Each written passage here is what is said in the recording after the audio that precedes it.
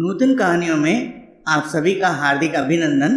आज मैं आपको महाभारत से जुड़ी एक कथा बताने वाला हूँ। ये कथा पांडव कुल के अंतिम सम्राट जनमेजय, जो अर्जुन के प्रपुत्र थे, उससे जुड़ी है।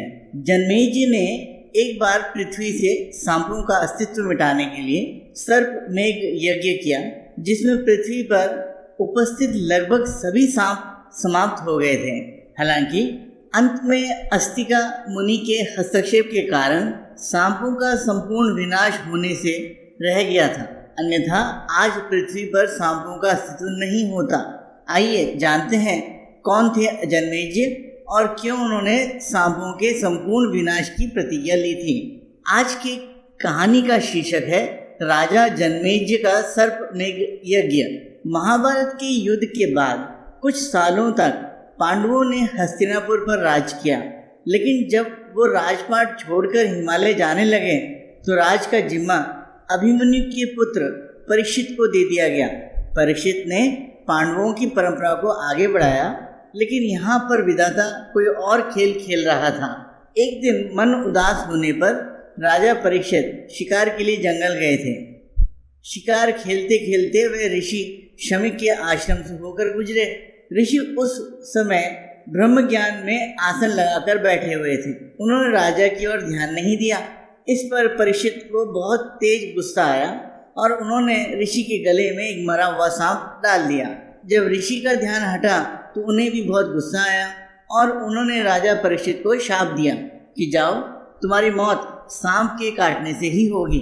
राजा परीक्षित ने इस शाप से मुक्ति के लिए तमाम कोशिशें की, लेकिन कोई फायदा नहीं हुआ। राजा परीक्षित ने हर मुमकिन कोशिश की कि उनकी मौत सांप के डसने से न हो।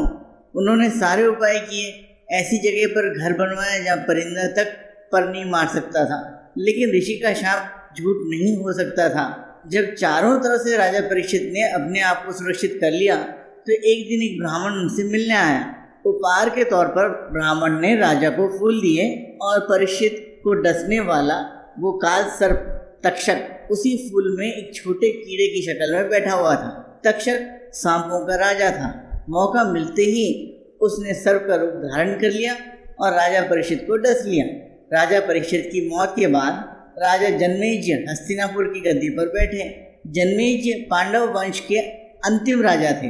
जनमेजय को जब अपने पिता की मौत की वजह का पता चला तो उसने धरती से सभी सांपों के सर्वनाश करने का प्रण ले लिया और इस प्रण को पूरा करने के लिए उसने सर्प मेघ यज्ञ का आयोजन किया। इस यज्ञ के प्रभाव से ब्रह्मांड के सारे सांप हवन कुंड में आकर गिर रहे थे, लेकिन सांपों का राजा तक्षक, जिसके काटने से परीक्षित की मौत हुई थी, खुद को बचाने के लिए सूर्यदेव की रथ से लिपट गया और उसका हवन कुंड में गिरने का अर्थ था सूर्य के अस्तित्व की समाप्ति, जिसकी वजह से सृष्टि की गति समाप्त हो सकती थी। सूर्यदेव और ब्रह्मांड की रक्षा के लिए सभी देवता जनमेजय से इस यज्ञ को रोकने का आग्रह करने लगे, लेकिन जनमेजय किसी भी रूप में अपने पिता की हत्या का बदला लेना चाहते थे। जनमेजय के यज्ञ को रोकने के लिए अस्तिका मुनि को हस्तक्षेप करना पड़ा, जिनके पिता एक ब्राह्मण और माँ एक नागकन्या थी। अस्तिका मुनि की बात जनमेजय को माननी पड़ी और सर्प मेघ यज्ञ को समाप्त कर तक्षक को मुक्त करना पड़ा। इस प्रकार महाभारत में राजा जनमेजय का सर्प मेघ यज्ञ का वर्णन किया गया है। आशा करता हूँ आपको ये कहानी पसंद आई होगी।